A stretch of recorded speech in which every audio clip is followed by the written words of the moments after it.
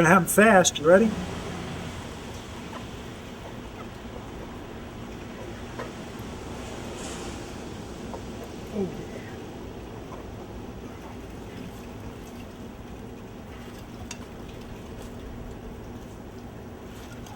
Kidding. That's ridiculous.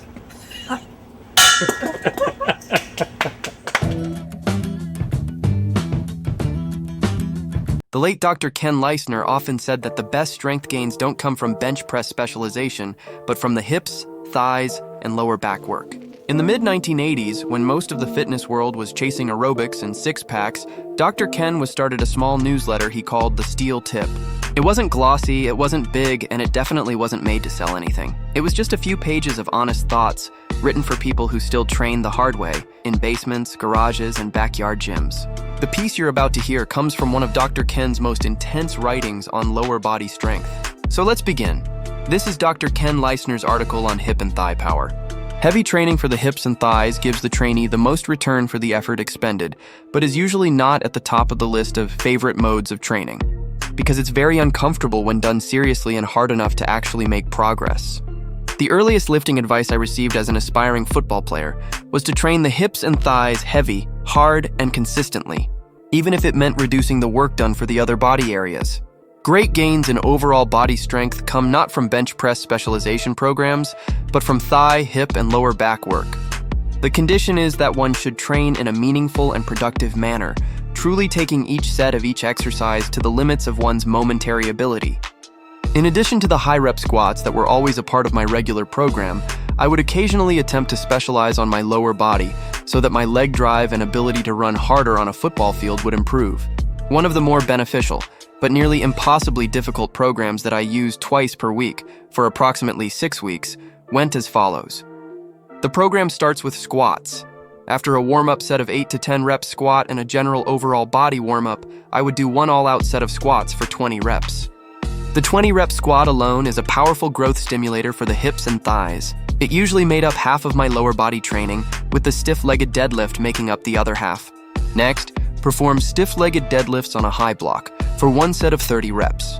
The stiff-legged deadlift is a very beneficial movement if done correctly, and in my opinion, a much better developer of the hamstring group than standing, lying, or side-lying leg curls. Then move on to squat starts, doing one set of 10 repetitions. Squat starts are partial squats that begin from the bottom position, like from pins in a power rack.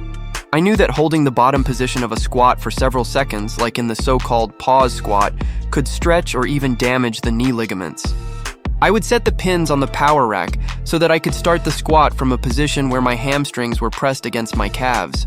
I would start the first rep by coming up to a point about 5 or 6 inches short of a full squat, then go back down to the starting position.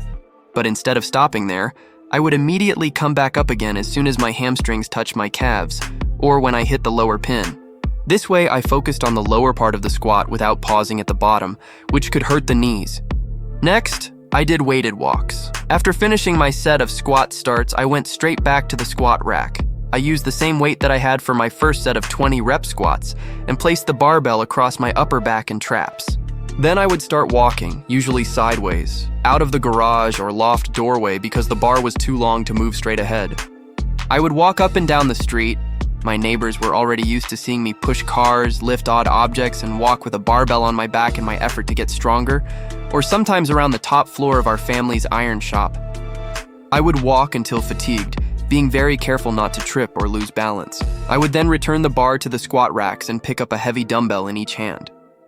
Most of the time, I used my cast iron York dumbbells, 100 or 105 pounds each, huge pieces of iron that looked like cannonballs. Then I would walk up and down a staircase, 23 steps with one landing each way, repeating this until I could barely walk or could no longer hold the dumbbells. I can still remember how it felt. My spine felt like it was being crushed as I walked with the loaded bar on my shoulders. Then climbing the stairs, it felt like my arms were about to be torn out of their sockets. My thighs trembled with every step, and my glutes cramped so badly it hurt to move. I would stay sore for days, but I noticed that the second workout of the week, usually done 3 days after the first, helped ease the constant aching in my thighs, hips, and lower back. I used this routine on a number of occasions, always limiting it to 4 to 6 weeks to avoid overtraining and emotional burnout. I would train my entire body 2 times per week during this period, usually on Mondays and Thursdays, adding a pressing movement, overhead barbell press, bench press, or dip, chin or upright row, an abdominal movement, side bend or sit-up, and an occasional barbell curl. I always felt that this was one of the most effective programs I used for lower body power, despite the absence of very heavy weights.